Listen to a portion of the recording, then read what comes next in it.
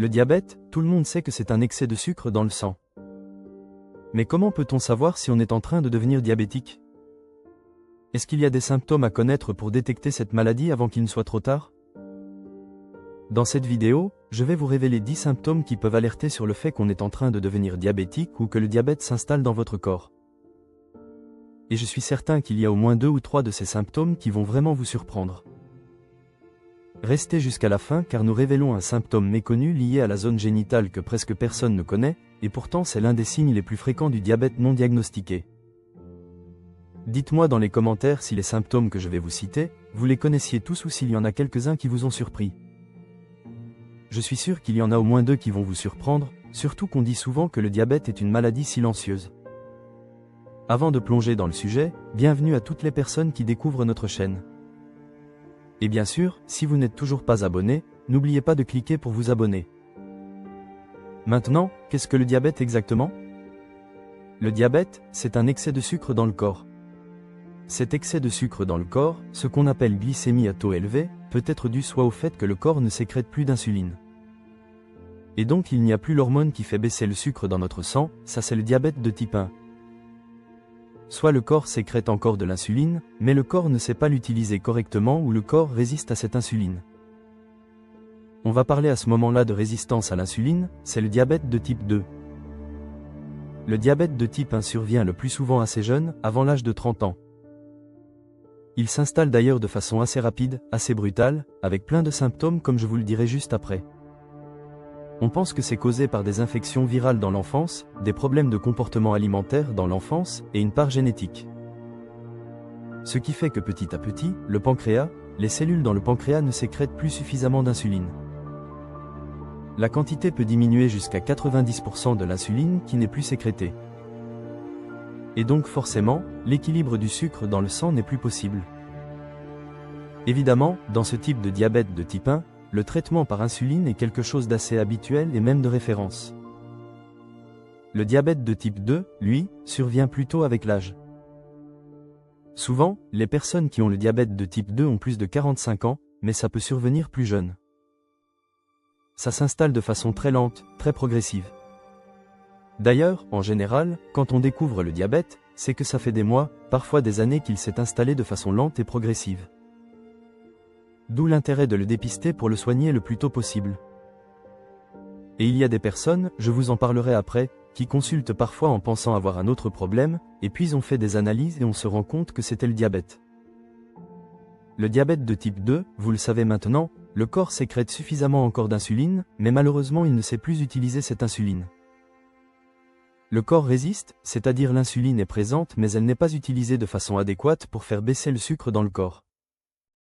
Dans la grande majorité des cas, le diabète de type 2 est lié à des erreurs alimentaires ou plutôt des excès alimentaires, et surtout c'est lié à l'obésité. C'est pour ça que le diabète de type 2 augmente régulièrement, la fréquence augmente dans le monde, parce que la fréquence de l'obésité augmente aussi. Dans le diabète de type 2, on ne va pas parler d'insuline d'emblée. D'ailleurs, on parle de moins en moins d'insuline. On va parler plutôt de perdre du poids, d'équilibrer l'alimentation, parfois de traitement par médicaments.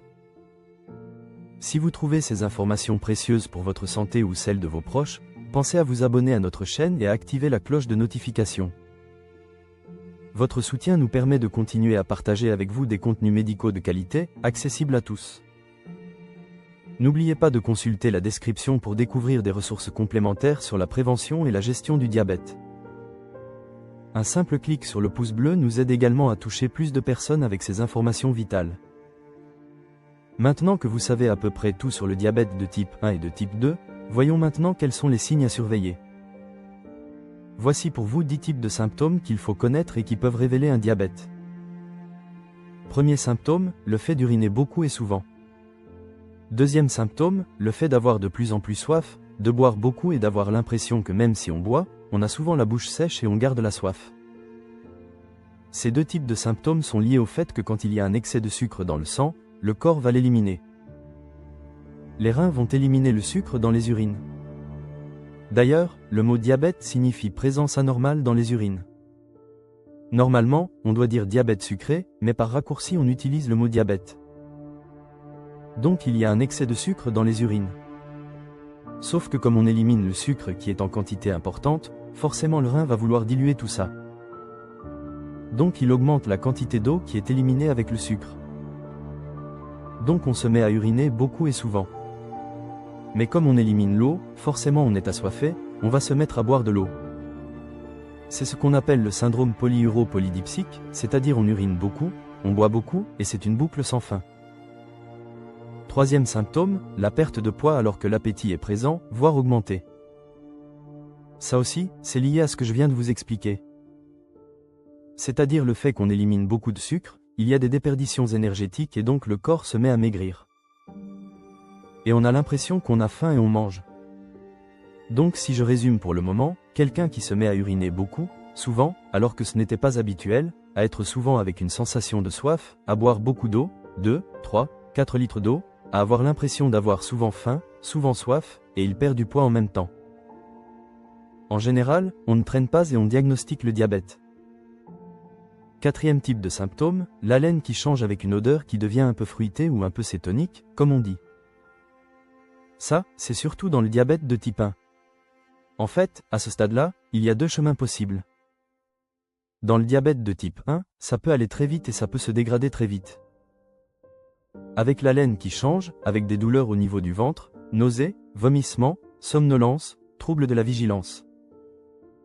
On se retrouve hospitalisé, on peut aller jusqu'au coma si ce n'est pas soigné, si l'insuline n'est pas mise en route rapidement. Ça, c'est dans le diabète de type 1. Dans le diabète de type 2, on peut rester à ce stade où on urine beaucoup, on perd du poids de façon assez prolongée. Et c'est quand ça devient gênant qu'on finit par consulter. C'est rare que dans le diabète de type 2 on se retrouve brutalement à l'hôpital, alors que dans le diabète de type 1, ça peut se dégrader très vite. Cinquième type de symptômes, les troubles visuels. On commence à avoir l'impression de mal voir, ou la vue qui baisse, ou la vue floutée. Et évidemment, si on a d'autres symptômes, ça va orienter d'autant plus vers le diabète. Mais si on n'a que la vue floutée, ce n'est pas un signe significatif du diabète seul. Sixième symptôme, fatigue inhabituelle. Cette fatigue est liée non seulement au fait qu'il y a cet excès de sucre dans le corps, cet excès de glycémie, mais à tout ce que je viens de vous dire. C'est-à-dire le fait de perdre du poids, de boire beaucoup, d'être assoiffé, d'uriner souvent, etc. Tout ça finit par donner une fatigue inhabituelle. Donc si en plus on a les troubles visuels, on va se dire bon, il se passe quand même quelque chose, il faudrait que j'aille consulter. Septième symptôme, et voici celui que nous vous avions promis, la zone génitale qui commence à donner des démangeaisons et des mycoses répétées. C'est un signe peu connu, mais par exemple, il arrive souvent que des médecins généralistes ou des sexologues fassent le diagnostic du diabète parce que la personne dit qu'il y a des démangeaisons fréquentes dans la zone génitale. Où on fait une mycose, puis une deuxième mycose, une troisième mycose. On se dit, mais il se passe quelque chose? C'est peut-être le diabète? Pourquoi le diabète peut donner ces symptômes-là? En fait, les mycoses sont liées à des champignons. Les champignons adorent les zones qui sont humides, qui sont dans le noir, et ils adorent le sucre. Et cette zone-là est souvent dans le noir et l'humidité à cause de la sueur et des sous-vêtements. Et donc ça peut commencer à pousser de façon importante. C'est pour ça qu'on dit souvent aux personnes qui ont du diabète de garder cette zone-là propre, sans nettoyer de façon excessive ou agressive. De ne pas frotter, de se laver régulièrement, de porter des sous-vêtements en coton pour absorber l'humidité. Symptôme numéro 8, une cicatrisation plus longue à obtenir. Quelquefois, on découvre le diabète parce que la personne dit, quand je me blesse, par exemple, je me rase, j'ai une blessure, ou je tombe, j'ai une petite ouverture, une blessure. Eh bien, j'ai remarqué que ça met beaucoup plus longtemps que d'habitude à cicatriser. La cicatrice n'est pas très belle, elle est un peu rouge et ça reste longtemps. Sachez que c'est un symptôme de diabète, puisque le diabète retarde la cicatrisation. Neuvième symptôme, des infections générales plus fréquentes qu'avant ou qui mettent plus longtemps à partir. On va devenir plus sujet à faire des bronchites. On se rend compte qu'on a plus de traitements antibiotiques cette dernière année que habituellement. On va faire plus souvent des rhinites, plus souvent des infections urinaires, plus souvent des infections gastro-intestinales. Et le fait d'avoir des infections de façon récurrente, on va penser au fait que soit les défenses immunitaires ont diminué, soit il y a un diabète. Et ça aussi, c'est la prise de sang qui va le dépister.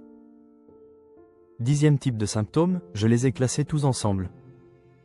En fait, ce sont des symptômes de complications du diabète. C'est-à-dire que là, le diabète est installé et il commence à donner des complications. Et malheureusement, on découvre le diabète au moment où il est déjà compliqué. Par exemple, on peut découvrir le diabète à l'occasion d'un AVC, d'un infarctus du myocarde. On peut le découvrir à l'occasion de troubles érectiles. Et il y a certaines personnes qui ont consulté, pas du tout pour des problèmes d'obésité à la base ni des problèmes de perte de poids, mais pour des problèmes sexuels. Et c'est au moment de la discussion avec le médecin que le médecin dit « Tiens, vous avez des troubles érectiles, vous êtes en obésité, il faut vérifier s'il n'y a pas un diabète. » Et on peut découvrir des diabètes dans ces circonstances-là. Tout ce que je viens de vous dire là dans le 10e point, ce sont ce qu'on appelle les complications neurologiques et vasculaires du diabète. Normalement, on ne devrait pas découvrir le diabète à ce niveau-là, puisqu'il suffit d'avoir une surveillance régulière, éviter l'obésité. Si on a le moindre doute, consultez le médecin. Une simple prise de sang permet déjà d'orienter. Et s'il y a un doute, on fait une deuxième prise de sang pour aller plus loin. Le diabète bien soigné ne donne pas autant de complications qu'un diabète mal soigné, soigné tardivement ou pour lequel on a dit « je vais attendre, on verra, etc. » Voilà, j'espère que cette vidéo vous a appris des choses importantes sur la détection précoce du diabète. Dites-moi dans les commentaires si vous avez découvert des symptômes que vous ne connaissiez pas. Tout ce qu'il y a à retenir de cette vidéo, c'est que quand on a des symptômes médicaux, des choses inhabituelles, pas la peine de stresser ou d'essayer de se soigner soi-même.